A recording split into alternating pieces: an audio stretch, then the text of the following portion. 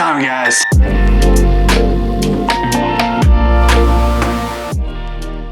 Going to Japan, boys. Here we go. So there's gonna be a few things that you actually need before you can go there, because the government is not gonna let you in. So I want to briefly talk about what I did to get to this point and what I need to do in the future. Just the whole process with COVID and all that. There's just a few things that you need to get done. So first, the school sent me my COE, my certificate of eligibility.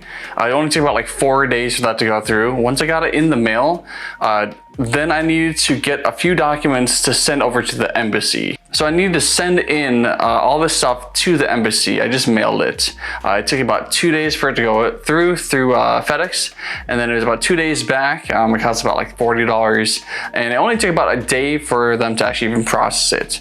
So I sent in my COE, my passport, a photo for my passport that's attached to the application itself, and then there's a written pledge. Is 2 copies that the school sent me that I need to get over to them as well. You only get 1 of those copies back, and you want to bring that when you go to Japan. And lastly, there's an explanation letter as well. When you get it back, it's going to be your passport with your visa inside of it and your COE stapled to the visa. You're going to get that written pledge as well, just 1 copy back. So you want to bring your passport and visa together with that written pledge. And lastly, the last document that you will actually need is your COVID test. So as far as COVID tests go, it was actually really hard for me to find one. Every place was either going to be a rapid test with the wrong kind of rapid test that the government didn't accept, or it's going to take too long. So I called the Department of Health for my state, and they directed me to a travel clinic, and they actually were able to get the COVID test done within 24 hours.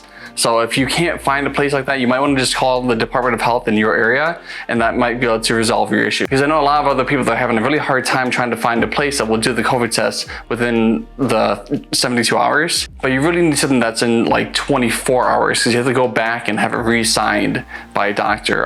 Some places will actually sign it when you take the test. You just give them the paper and they'll just send it back to you. The place I was at did not do that. Specific to my school as well, I had to take my temperature every single day, which I haven't done.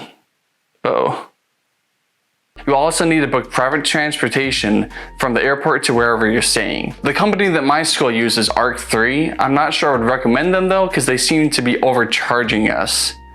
So, but you can go and find, there's a few various companies that you can use. Once you have all that stuff, you're good to go. Pack up and get ready. I'll see you at the airport. So a few other things you're actually going to need to have is you have to have the Coco app and Lion. And you have to take a screenshot of that and then send it over, and actually send over to whatever, like your job or school and all that, because you're going to need that. Your health insurance and your COVID test, you're going to bring in person because they're going to actually check that. And as well as your transportation, you want to print that out as well, because they may ask for you to see that.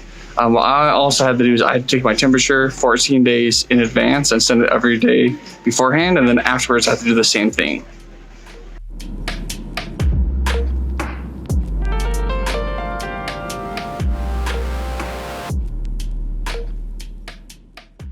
All right, so we're back in the dorm now. Quite a few things have happened since then. So on the plane ride, I had to write down a bunch of different things in the form. On the plane ride, I had to fill out a few sheets. You might have to actually do that before the actual plane ride. So you might want to give yourself a little bit more time just to be able to fill out those sheets, because you might miss your flight because of some stupid sheets. And so I had to fill out just a few sheets, and then when I actually got into Haneda, that sheet is what's going to be checked first, and they're going to have to go through a few different lines. They're going to actually where you quarantine, where you're staying, just like your COVID test, anything like that. After you've gone through that, then you're gonna have to go and take your COVID test. It's just gonna be like one of the spit vial ones. And then after you're done with that, you're gonna go into the main lobby and just wait there for probably about like an hour. Once I call your name or your number, actually you'll see it on a big screen. You just see your number. Once you have that, you go up to the front desk, hand in your paperwork. It's gonna show like, you know, your initial documents, your negative COVID tests, all that stuff. You're gonna get your COVID test results from there, and then you're actually gonna go down to immigration. At immigration, you're gonna show some of your other documents like your COE, your passports, your negative COVID test. You're also gonna have to show your previous your previous negative COVID test from America. If you're a student, you can send in your like working permits. My school actually gave me mine, so you can do it at the airport. You can also do it at immigration if you want to do it later as well. It's just easier to do it at the airports. After that, you're able to go and get your bags and then just go through customs. So after you go through customs and you get everything done, then you're gonna have to go into your privately set up transportation. So my school actually set up the transportation I was going with, and it was just a bus, like the 10 of us in there.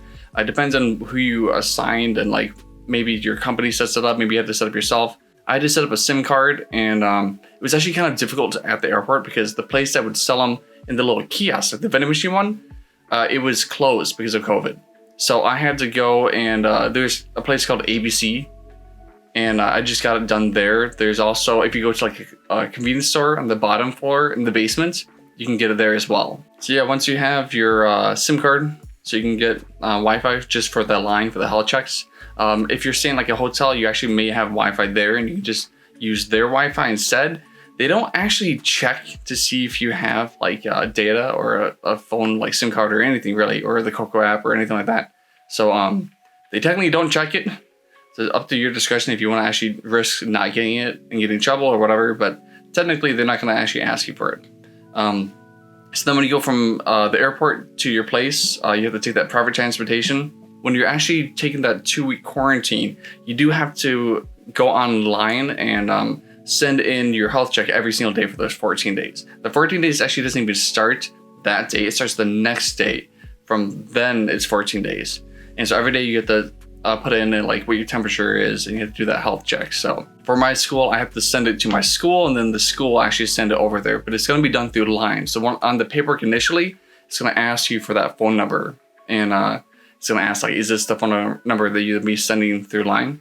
And so your company should actually give you a phone number for that. Yeah, once you get back to your place of stay, you shouldn't have any issues. Just make sure you do that 14-day check because they're really serious about that. But otherwise, you're pretty good to go. I know for me, I can actually be escorted to a convenience store like every 2 days, once every 2 days.